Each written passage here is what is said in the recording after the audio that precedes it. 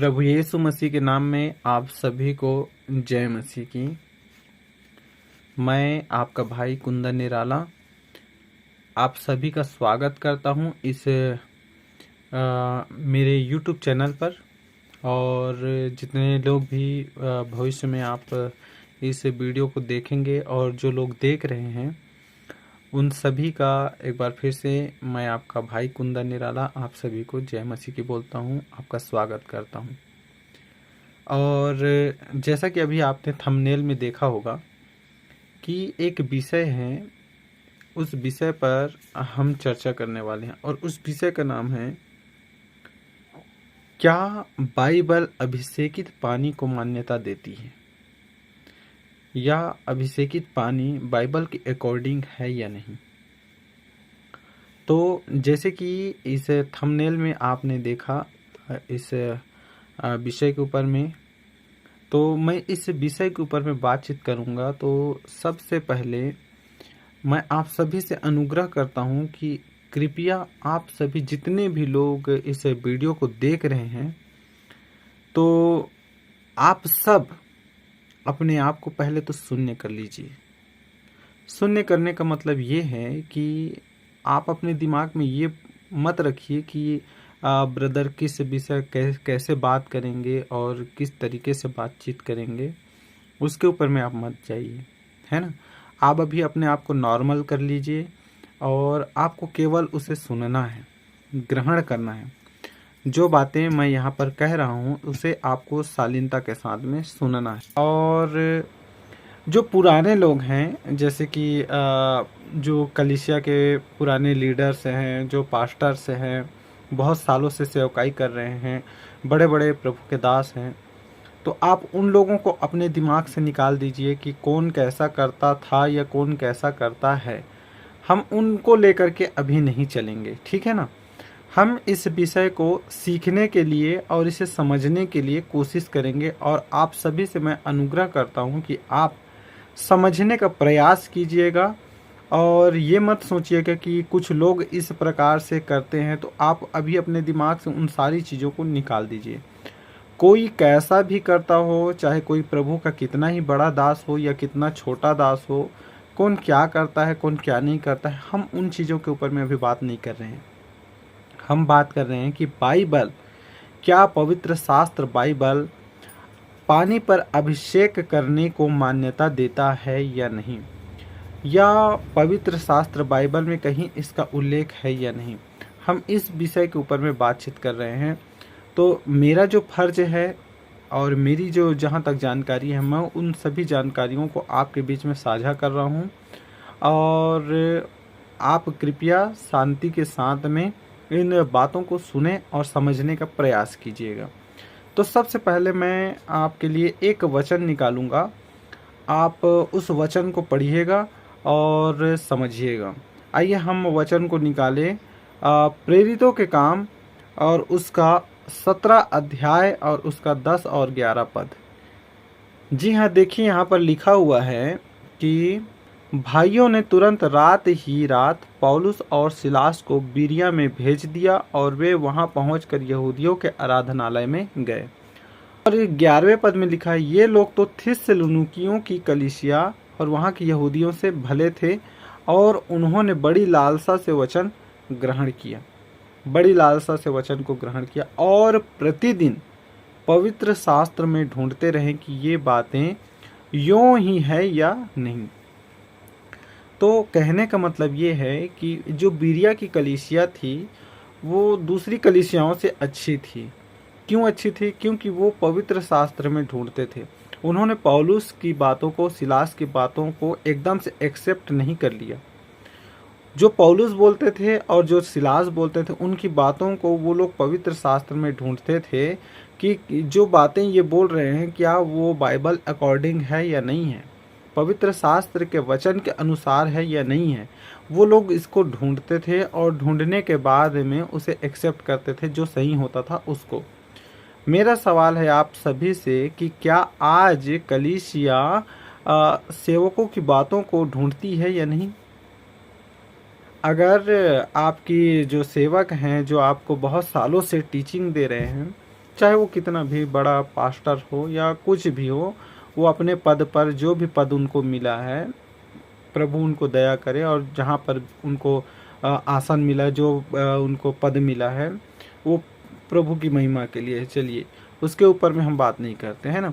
लेकिन जो कोई भी हो, और वो चाहे कैसा भी पास्टर हो, कोई भी हो, रेवरेंट हो, यदि वो आपके पास में आ करके आपको सुसमाचार सुनाते हैं और आपको पवित्र शास्त्र के बारे में बताते हैं, या बहुत सारी हरकतें करते हैं, तो उन एक्टिविटी को क्या आपने कभी उसे ढूंढने का या खोजने का प्रयास किया? अकॉर्डिंग टू बाइबल, है ना, जो प्रेरितों के काम में अभी हमने पढ़ा, उसके अनुसार वो लोग ढूंढते थे। और क्या आज कलीसिया इन बातों को ढूंढती है? हम अपने आप को देखें, है ना, हम अपने आप को देखें, जितने लोग अभी आप लोग देख रहे हो, मैं आपसे पूछ रहा हूँ कि क्या आपने कभी उन वचनों को ढूंढने का प्रयास किया जो आपने अब तक सीखा, किसी के भी द्वारा आपने जो भी सीखा, क्या आपने ढूंढने का प्रयास किया? यदि इस सवाल का यदि मैं साधारण रूप में जवाब दूं, तो आज 90% कलीसिया के लोग इस सवाल का, इन वचनों को ढूंढने का प्रयास ही नहीं करते, इन बहुत सारी गंभीर बातों को ढूंढने का प्रयास ही नहीं करते। और न ढूंढने के कारण गलती ये होती है, इसका परिणाम ये निकलता है कि कलीसिया आज के समय में वचन को वो लोग बहुत कम जानते हैं। आज कलीसिया अपंग होती जा रही है। अपंग होने का मतलब ये है कि कलीसिया के पास में आज ज्ञान नहीं है। क्यों ज्ञान नहीं है? क्योंकि लोग ढूंढते नहीं हैं, और जो ढूंढता नहीं उसको मिलता नहीं है। तो लोग ढूंढते नहीं है, इस कारण से उन लोगों को कुछ भी चीज़ की जानकारी नहीं है। लोग क्या करते हैं कि उनको जो दिख गया, किसी के द्वारा कोई कर रहा है, और किसी चीज़ों को वो लोग देख लिया अपनी आँखों से, तो उसको साधारण रूप से वो लोग क्या कर लेते हैं? स्वीकार कर लेते हैं। ढूंढने का प्रयास नहीं करते, स्वीकार कर लेते हैं। और सबसे बड़ी बात ये हो जाती है, गंभीर बात ये हो जाती है कि आजकल कलीसिया क्या कर रही है कि आजकल कलीसिया वचन का पीछा नहीं कर रही है, और कलीसिया आज पास्टर्स का पीछा करने लगी है। आज कलीसिया पवित्र शास्त्र वचन की ओर नहीं, बल्कि कलीसिया के जो अगवे हैं उनकी ओर ज़्यादा झुकती चली जा रही है, और उनके पीछे पीछे पीछे पीछे दौड़ती चली जा रही है। और स्वयं खुद पर निर्भर होने की जगह पर वो केवल और केवल सेवकों के ऊपर में ही निर्भर हो चुकी है। तो देखिए, मैं ये कहना ये नहीं चाह रहा हूँ कि आप अपने सेवकों के ऊपर में भरोसा न रखिए, या अपने सेवकों को एकदम से छोड़ दीजिए, उनके पीछे में मत जाइए। नहीं नहीं नहीं, मेरे कहने का मतलब ये नहीं है। मेरे कहने का मतलब ये है कि आप अपने कलीसिया के अगुवों के अधीन रहिए, और उनका सम्मान कीजिए, मान सम्मान कीजिए, और उनका आदर कीजिए। लेकिन सबसे बड़ी बात ये है कि यदि अगुवा यदि गलती करता है, तो आपको बोलने के लिए, उसे समझाने के लिए आपको तैयार भी रहना चाहिए। आप अपने अगुवे का सम्मान कीजिए, अच्छी बात है, लेकिन साथ में आपको ये भी समझना होगा कि जो अगुवा है, आपको उसके गलतियों पर पर्दा नहीं डालना है, उनकी गलतियों को उनके सामने बोलना भी आना चाहिए। यही बात को यीशु मसीह ने कहा था मत्ती रचित सुसमाचार, उसका 15 अध्याय और पद नंबर 14। वहां पर आइए हम इस वचन को पढ़ते हैं। प्रभु यीशु मसीह कहते हैं कि उनको जाने दो, वे अंधे मार्ग दिखाने वाले हैं, और अंधा यदि अंधे को मार्ग दिखाए तो दोनों के दोनों गड्ढे में गिरेंगे। तो अंधे मार्ग दिखाने वाले हैं कौन? अंधे मार्ग दिखाने वाले हैं जो कलीसिया के अगुवे हैं। यहाँ पर मैं सभी की बात नहीं कर रहा हूँ। देखिए, मैं किसी को नीचा दिखाने की कोशिश नहीं कर रहा हूँ, है ना। आप बिल्कुल ये मत सोचिएगा कि हम पास्टर्स की बुराई कर रहे हैं। नहीं, हम पास्टर की बुराई नहीं कर रहे हैं। जो प्रभु यीशु मसीह ने कहा था उन बातों को रख रहे हैं। यहाँ पर प्रभु यीशु मसीह ने कहा था उनको जाने दो, क्योंकि वे अंधे मार्ग दिखाने वाले हैं। अब उस समय में जब यीशु मसीह का समय चल रहा था, तो उस समय कलीसिया के अगुवे कौन हुआ करते? शास्त्री और फरीसी। आज के डेट में कलीसिया के अगुवे कौन है? पास्टर्स, लीडर्स, है ना। तो आज की डेट में किनको कहा जाएगा? उन्हीं को जो अगुवाई कर रहे हैं ना, उन्हीं को कहा जाएगा। तो प्रभु यीशु मसीह कहते हैं कि वे अंधे मार्ग दिखाने वाले हैं, उनको जाने दो। यदि अंधे दोनों को, अंधा और अंधा दोनों एक दूसरे को मार्ग दिखाएंगे, दोनों के दोनों गड्ढे में गिरेंगे। तो इससे अच्छा उपाय क्या है? यदि अंधा गुरु है तो चेला उसको ठीक कर दे, उसको सिखाने का प्रयास करे, या फिर चेला अंधा है तो गुरु उसको दिखाने का प्रयास करे। तो दोनों एक दूसरे का बैलेंस अगर बनाने की कोशिश करेंगे तब थोड़ा थोड़ा चल जाएगा। लेकिन यदि दोनों के दोनों अंधे हो जाएंगे तो दोनों के दोनों गड्ढे में गिरेंगे, और उस स्थिति में एक बच सकता है ना, और एक दूसरे को बचाते हुए हमें आगे बढ़ना है। लेकिन बात यहाँ पर यह हो जाती है कि आज कलीसिया क्या कर रही है कि कलीसिया अंधे गुरु के पीछे में दौड़ते चली जा रही है, दौड़ते चली जा रही है, दौड़ते चली जा रही है, और वो टटोलने का प्रयास नहीं करती है। ऐसा लगता है कि इनको उद्धार से कोई मतलब है ही नहीं। पुराना जीवन जैसे हम प्रभु यीशु मसीह को नहीं जानते थे, तब हम संसार में जैसे जीवन को जीते थे, उसी प्रकार से आप यीशु मसीह को जानने के बाद में भी आप चाहे उद्धार को प्राप्त करो या मत करो, कोई मतलब नहीं है। हमारा गुरु चाहे जैसा भी हो, अंधा हो, लूला हो, लंगड़ा हो, कहने का मतलब ये नहीं है कि लूला लंगड़ा हो, कहने का मतलब ये है कि यदि अगुआ पाप में घिरा हो, बुराई करता हो, चाहे वो जैसा भी हो, है ना, प्रभु यीशु मसीह के सुसमाचार सुना देना ही अच्छा नहीं है। चरित्र भी सही होना चाहिए, काम भी सही होना चाहिए, हर एक चीज़ों में अगुवे को खराई के साथ में जीवन जीना चाहिए। इन सारी बातों को एक अगुवे को समझना होगा। तो चेला क्या करता है, ऐसे अगुवों के पीछे में दौड़ता चला जाता है, चाहे कुछ भी हो। तो इस प्रकार से वो अपने आप का और प्रभु यीशु मसीह के दोनों का इनकार करता है। यहाँ पर गड़बड़ी हो जाती है ना। तो इन सारी चीज़ों को हमको समझना पड़ेगा। और प्रभु यीशु मसीह ने हमें अंधा बनने के लिए नहीं कहा। एक याद कीजिएगा, प्रभु यीशु मसीह ने हमको अंधा बनने के लिए कभी भी नहीं कहा। उन्होंने कहा तुम जगत की ज्योति हो। मत्ती रचित सुसमाचार उसका 5 अध्याय और शायद 14 पद मैं पढ़ देता हूँ आपके लिए। 5 अध्याय और उसका 14 पद, तुम जगत की ज्योति हो, जो नगर पहाड़ पर बसा हुआ है वह छिप नहीं सकता। जो तो परमेश्वर ने हमें जगत की ज्योति बनने के लिए बोला है, हमें अंधा बनने के लिए नहीं बोला है। तो इन चीज़ों को हमको समझना पड़ेगा। हम अंधे नहीं हैं और हमको अंधा नहीं बनना है। लेकिन आज लोग अंधे बनते जा रहे हैं। क्यों? क्योंकि उनको वचन का ज्ञान नहीं है और वचन पढ़ते नहीं हैं, इसके कारण, और ढूंढते नहीं है। सबसे बड़ी बात यह है कि ढूंढते नहीं हैं। आइए हम आगे बढ़ें अपने मुख्य विषय के ऊपर में। मैं इतना कुछ जो आपसे बातचीत किया हूँ, है ना, ये एक फाउंडेशन है आपको समझाने के लिए। अब मैं आपको उस विषय की ओर लेकर के जाता हूँ कि क्या पवित्र शास्त्र बाइबल हमें यह कहता है कि पानी के ऊपर में अभिषेक करके पानी के ऊपर में अभिषेक करना सही है या गलत है, या बाइबल के अकॉर्डिंग है, या ये बिब्लिकल है या नहीं है। तो हम इस बात को कैसे समझें कि पानी पर अभिषेक करना बिब्लिकल है या नहीं है। तो इस विषय के ऊपर में मैं अब आपसे बात करता हूँ। आप कृपया शालीनता पूर्वक सुने और बड़ी ही धैर्य के साथ में सुनिए। और एक रिक्वेस्ट और है, आप मेरी वीडियो को खूब शेयर कीजिएगा, खूब शेयर कीजिएगा, कोई भी ना चूके, खूब शेयर कीजिएगा ताकि लोग भी देखें। आइए हम आगे बढ़ें। जहाँ तक मेरी जानकारी है, जहाँ तक मैंने बाइबल को पढ़ा है, मुझे कहीं पर भी बाइबल में, पवित्र शास्त्र बाइबल में पानी के ऊपर में अभिषेक करने के विषय में कहीं पर भी पढ़ने को नहीं मिला। और न मैंने अब तक कभी पढ़ा है कि पानी के ऊपर में अभिषेक करके उसे आशीष करके लोगों को दिया जाए और लोग उसे क्या करते हैं, उसे दुष्ट आत्माओं के ऊपर में छिड़क करके चंगाई प्राप्त करें। ऐसा कुछ एक्टिविटी बाइबल में हमको कहीं पर भी देखने को नहीं मिलती है। कहीं पर रुमाल का जिक्र है, पौलुस के रुमाल से दुष्ट आत्माएं भाग जाती थी, उनका जिक्र मिलेगा, लेकिन पानी के ऊपर में हमको कहीं पर भी जिक्र नहीं मिलता है।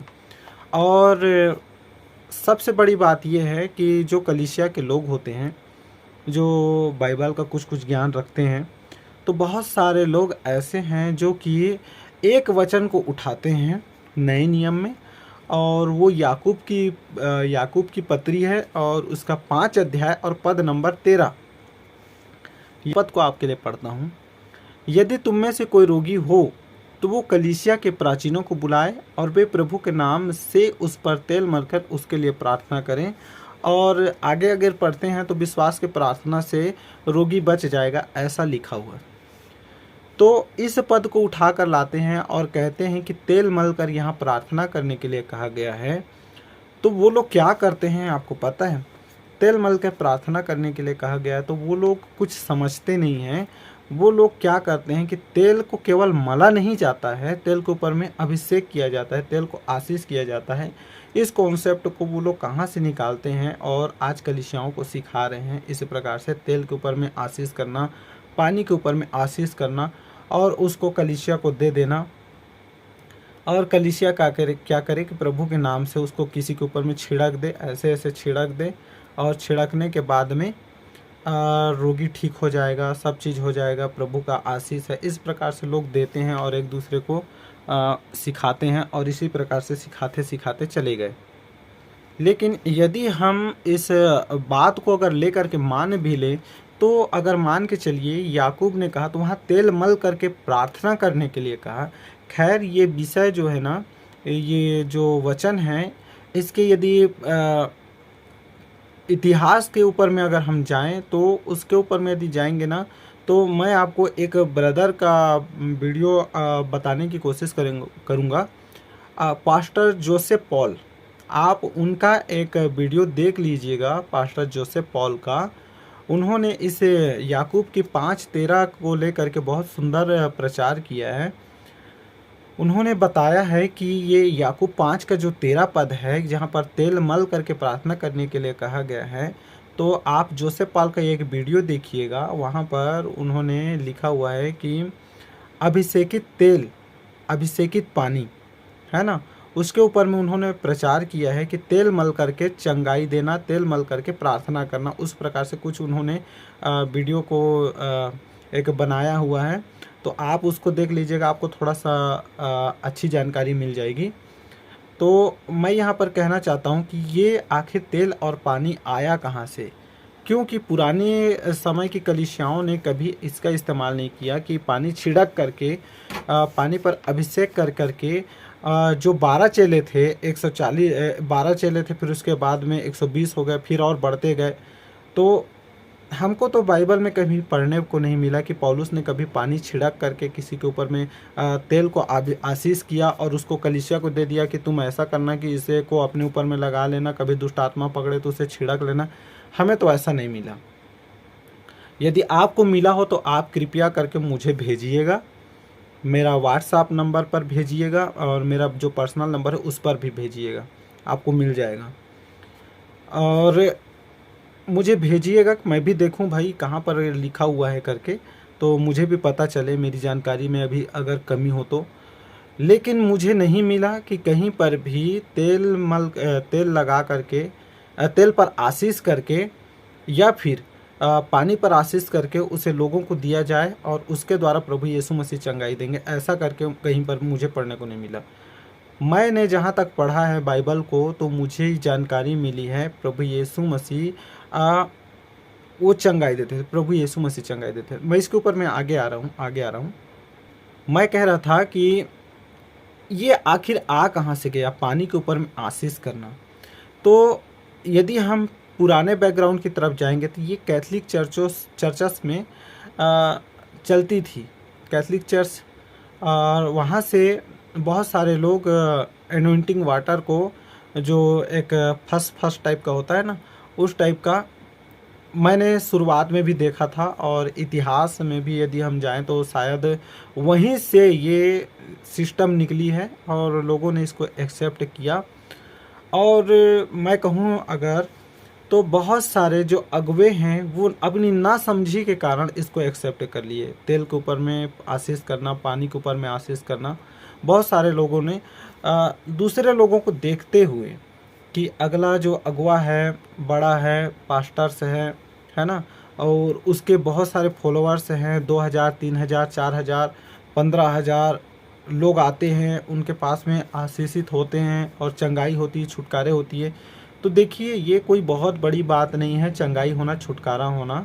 इसके पीछे में मत दौड़िए, और जो बड़े बड़े लोग करते हैं उसके पीछे में आप मत जाइए। क्योंकि आज के समय में, अभी पंजाब का उदाहरण लूँ तो आप स्वयं जानते हैं कि प्रार्थना करने का 20,000 से 25,000 लिया जाता है, जो कि बाइबल अकॉर्डिंग नहीं है। और उसी प्रकार से बहुत सारी चीज़ें हैं।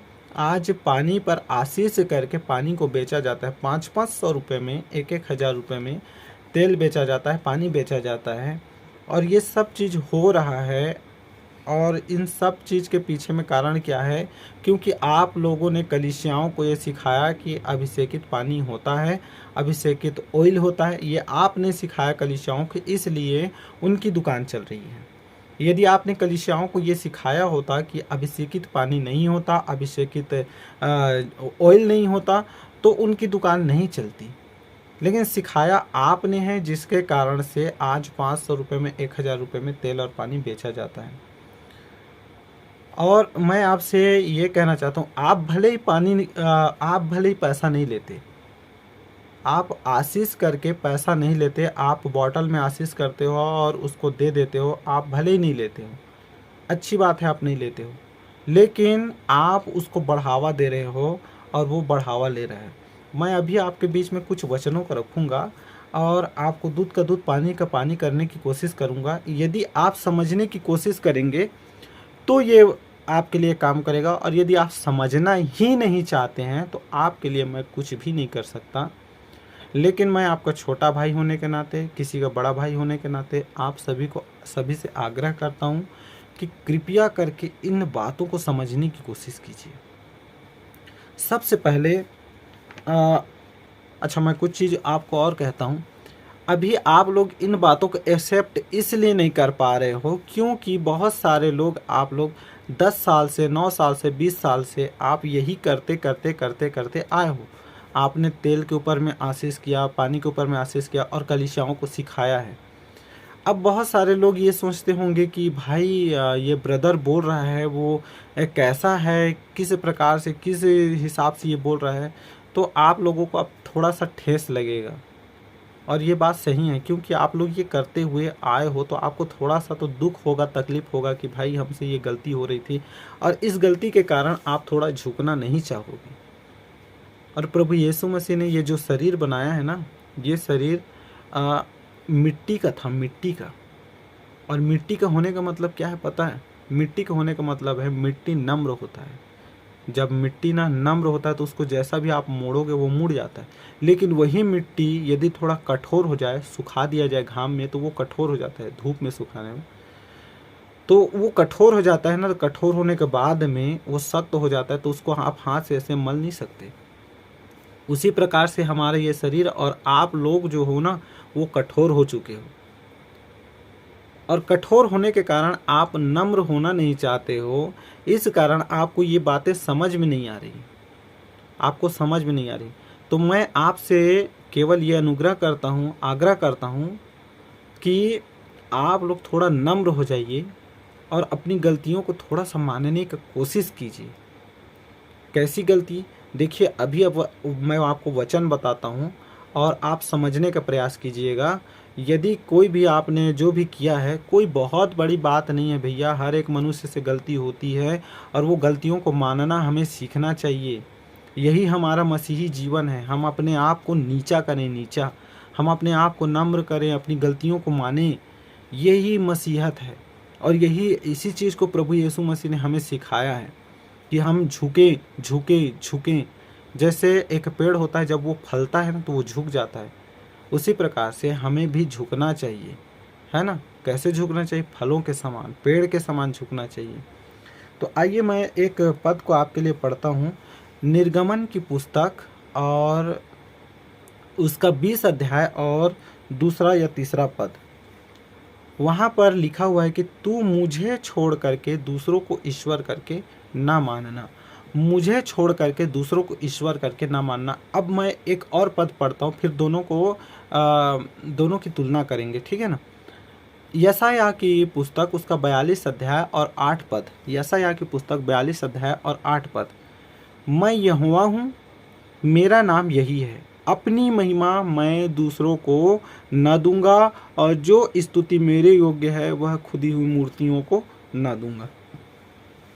खुदी हुई मूर्तियों को न दूंगा, और मैं अपनी महिमा किसी को भी नहीं दूंगा। तो परमेश्वर ने कहा कि मैं अपनी महिमा दूसरे को न दूंगा, और तो मुझे छोड़ करके दूसरों को ईश्वर करके न मानना। तो यहाँ पर दो बातें हैं जो कि हमें देखने को मिली। एक तो तुम मुझे छोड़ करके दूसरों को ईश्वर करके ना मानना, और दूसरा मैं अपनी महिमा दूसरे को ना दूंगा। तो प्रभु यीशु मसीह ने कहा कि मैं अपनी महिमा दूसरे को ना दूंगा, और तू मुझे छोड़ करके दूसरों को ईश्वर करके ना मानना। मैंने प्रभु यीशु मसीह कहा, परमेश्वर पिता और पवित्र आत्मा और प्रभु यीशु मसीह तीनों एक ही हैं, है ना। तो मैं अपनी महिमा दूसरे को न दूंगा। तो आपको पता है प्रभु यीशु मसीह की महिमा को कौन ले रहा है? आपका अभिषेकित तेल, आपका अभिषेकित पानी प्रभु यीशु मसीह की महिमा ले रहा है। अब आप बोलोगे कि ये कैसे हो सकता है? बिल्कुल आपको समझ में नहीं आ रहा है, लेकिन यही हो रहा है। आप यदि किसी नए विश्वासी के पास में जाते हो ना, तो उसे प्रभु यीशु मसीह के बारे में तो बताते हो, लेकिन साथ में उसको तेल और पानी भी आप देते हो। तो उसका विश्वास कहाँ जाता है? वो प्रार्थना करने के लिए जाता है, तो उसको कुछ भी समझ में नहीं आता, तो वो क्या करता है? वो तेल को लाता है, पानी को लाता है और छिड़कने लगता है, और प्रभु यीशु मसीह के नाम से चंगाई मिले, प्रभु यीशु मसीह के नाम से चंगाई। भैया, प्रार्थना करने से सब कुछ हो जाएगा, तेल और पानी से कुछ नहीं होने वाला। तो उसको ये बात समझ में नहीं आती। क्यों नहीं समझ में आती? क्योंकि उसको तो वचन की जानकारी है नहीं। आपको वचन की जानकारी है, और आपने उसे सिखाया नहीं, आपने उसे तेल और पानी दे दिया। अब वो क्या करे? वचन को पढ़े या तेल और पानी पर विश्वास करे? यदि वो वचन को पढ़ता तो वो प्रार्थना करता, प्रार्थना के द्वारा वो ठीक हो जाता। लेकिन अब उसका विश्वास तो तेल और पानी पर है, वो वचन को पढ़ता नहीं है या पढ़ती नहीं है, और उसको जब भी कभी भी समस्या आने की कोशिश होती है, आती है, तो वो तेल और पानी को अपने ऊपर छिड़कता है, और फिर उसके बाद में उसे चंगाई मिल जाती है, कभी कभी नहीं मिलती है, तो वो उसी में खुश है। तो उसको ढकेला किसने? आपने। और प्रभु यीशु मसीह की महिमा को किसने चुराया? प्रभु यीशु मसीह की महिमा को किसने चुराया? उस तेल ने और उस पानी ने। ये बात आपको समझ में नहीं आ रही है, इसलिए आप लोग ऐसा करते हो। जबकि तेल और पानी परमेश्वर की महिमा को चुरा रहे हैं। जबकि वचन कहता है 42 के 8 में, यशायाह, मैं अपनी महिमा दूसरे को न दूंगा। लेकिन यहाँ पर तेल और पानी ने प्रभु यीशु मसीह की महिमा को ले लिया। और इस महिमा को देने वाले कौन? आप जैसे पास्टर्स लोग। अब आपको कौन समझाए, कौन सिखाए आपको कि आप जो कर रहे हो वो सही नहीं है, बाइबल के अकॉर्डिंग नहीं है।